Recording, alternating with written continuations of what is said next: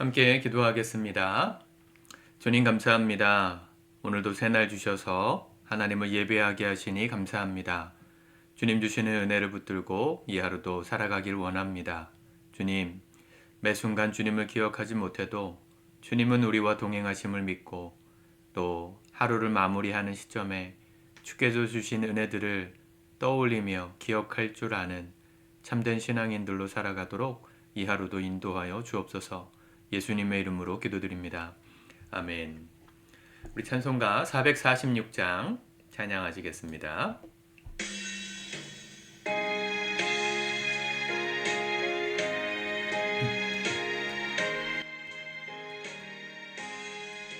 주 음성 외에는 참 기쁨 없도다. 날 사랑하신 주 늘 계시옵소서. 기쁘고 기쁘도다. 항상 기쁘도다. 나 주께 왔사오니 복 주옵소서. 나 주께 왔으니 복 주시옵소서. 주 함께 계시면 큰 시험 이기네. 기쁘고 기쁘도다. 항상 기쁘도다. 나 주께 왔사오니 복 주옵소서. 주 떠나가시면 내 생명 헛되네. 기쁘나 슬플 때 늘 계시옵소서. 기쁘고 기쁘도다. 항상 기쁘도다. 나 주께 왔사오니 복 주옵소서.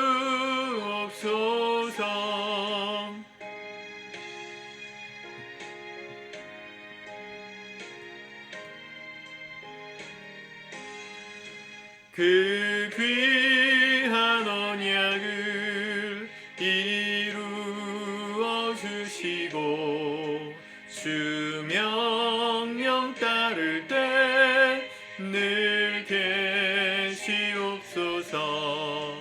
기쁘고 기쁘도다. 항상 기쁘도다. 나 주께 왔사오니 복 주옵소서.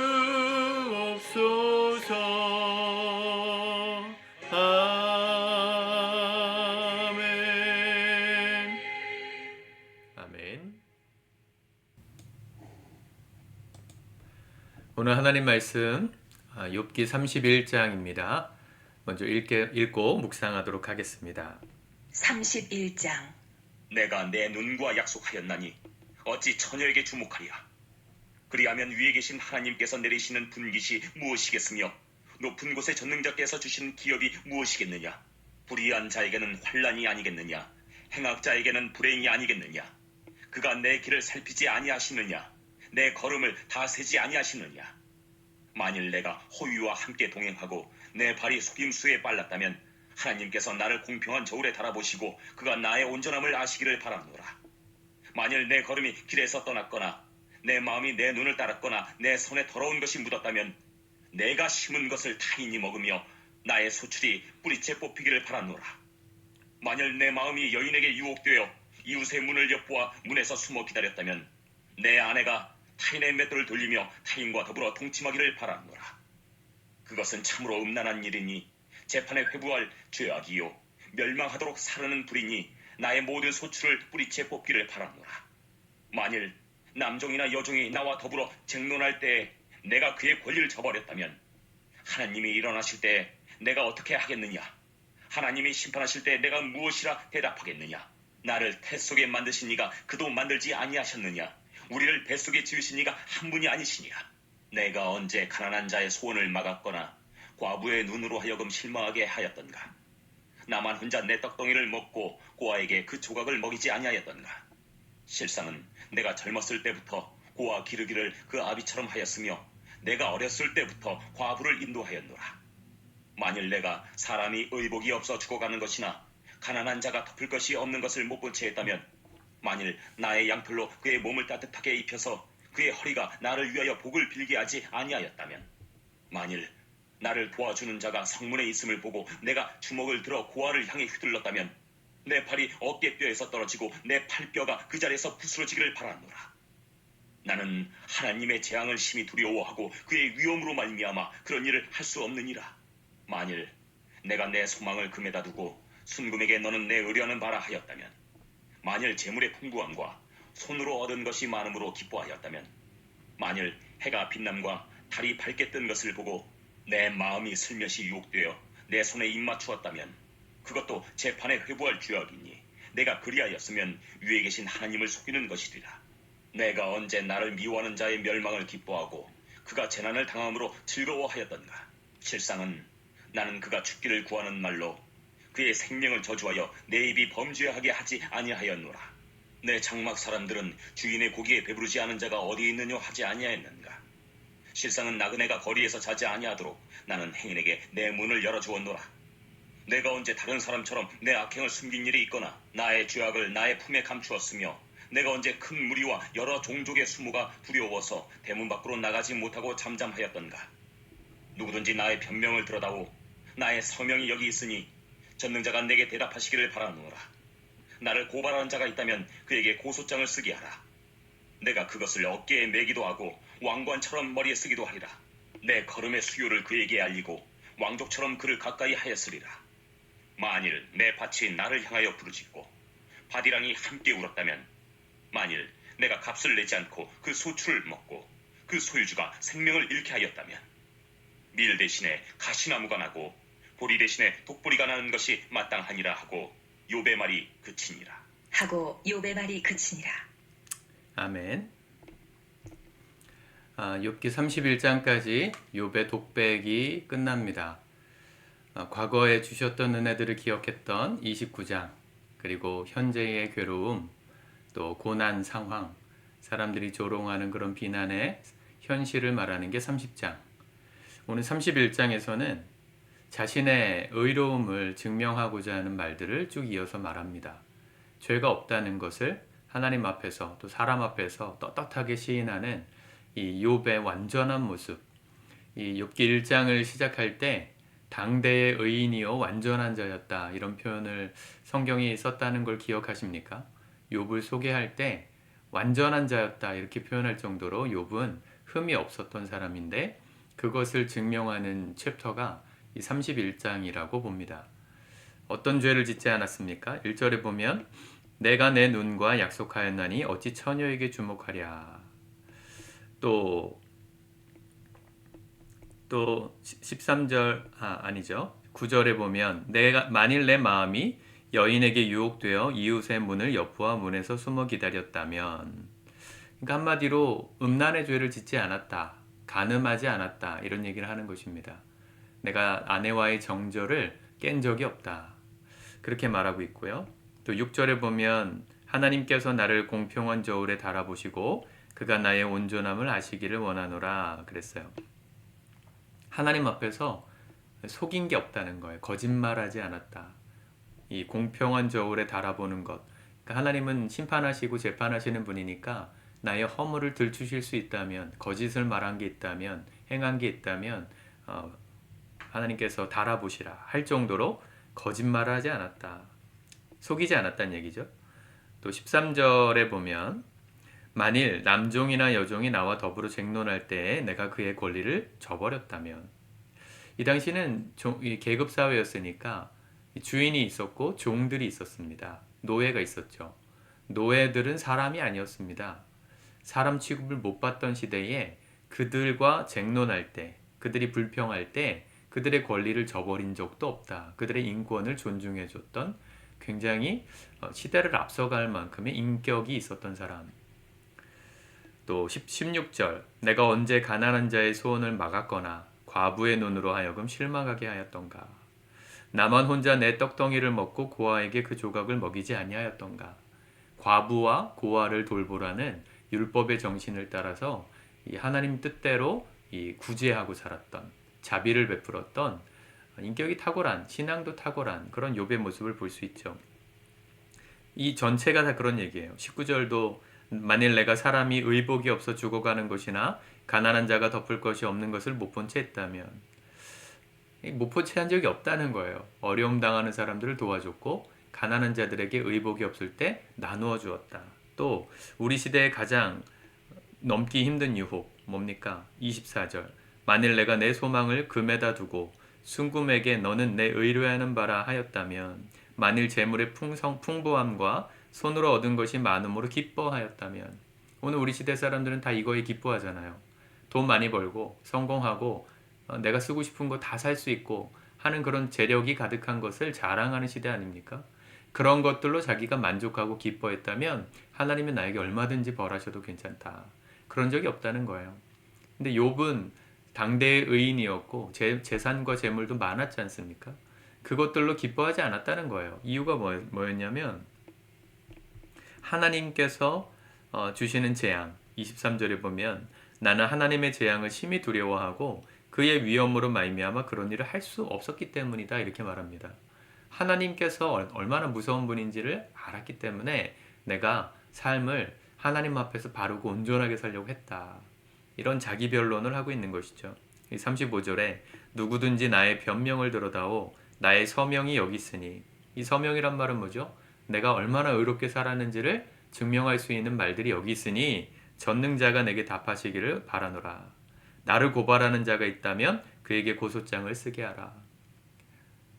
참 이렇게 말할 수 있는 정도의 완벽한 삶이라는 게 우리가 과연 살 수 있을까 싶을 만큼 완전한 모습, 또 하나님 앞에 흠없게 살았던 모습을 욥이 보여줍니다. 한편으로는 굉장히 우리가 본받아야 되는 삶의 자세라고 생각이 듭니다. 하나님 앞에서 거룩하고 진실하게 살아가는 것, 그게 너무나도 중요하죠.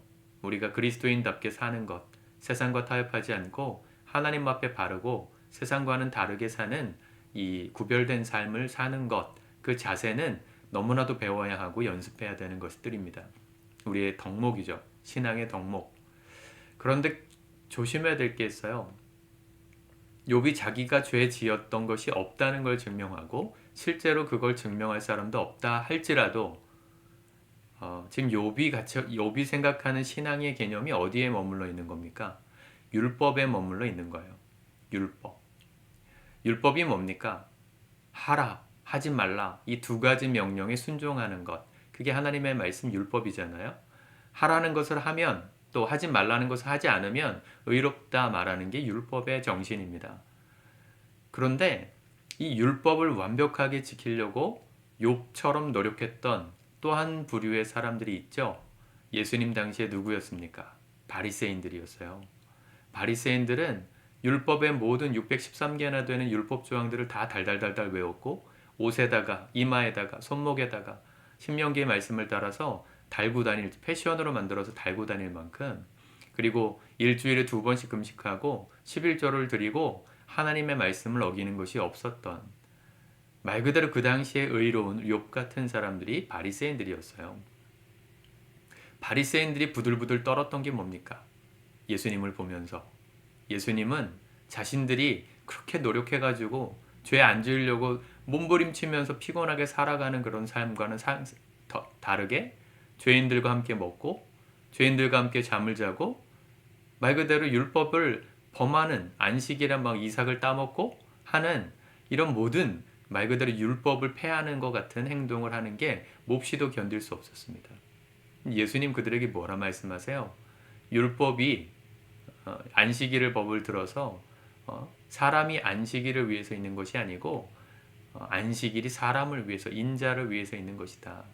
하나님이 율법을 주신 이유는 우리로 하여금 그거 지키고 안 지키고에 따라서 의롭냐 악인이냐 이걸 따지려고 주신 게 아니라 그 하나님의 말씀을 통해서 우리의 영혼이 자유케 되는, 우리가 지킬 수 없는 율법이라는 것을 깨닫고 그 하나님 앞에 무릎 꿇고 겸손하게 손들고 내 인생을 주님께 맡기는 그 신앙의 시작을 위해서 주셨다는 거예요. 여러분, 우리가 무엇을 잘했고 못했고 우리는 그게 늘 중요하죠.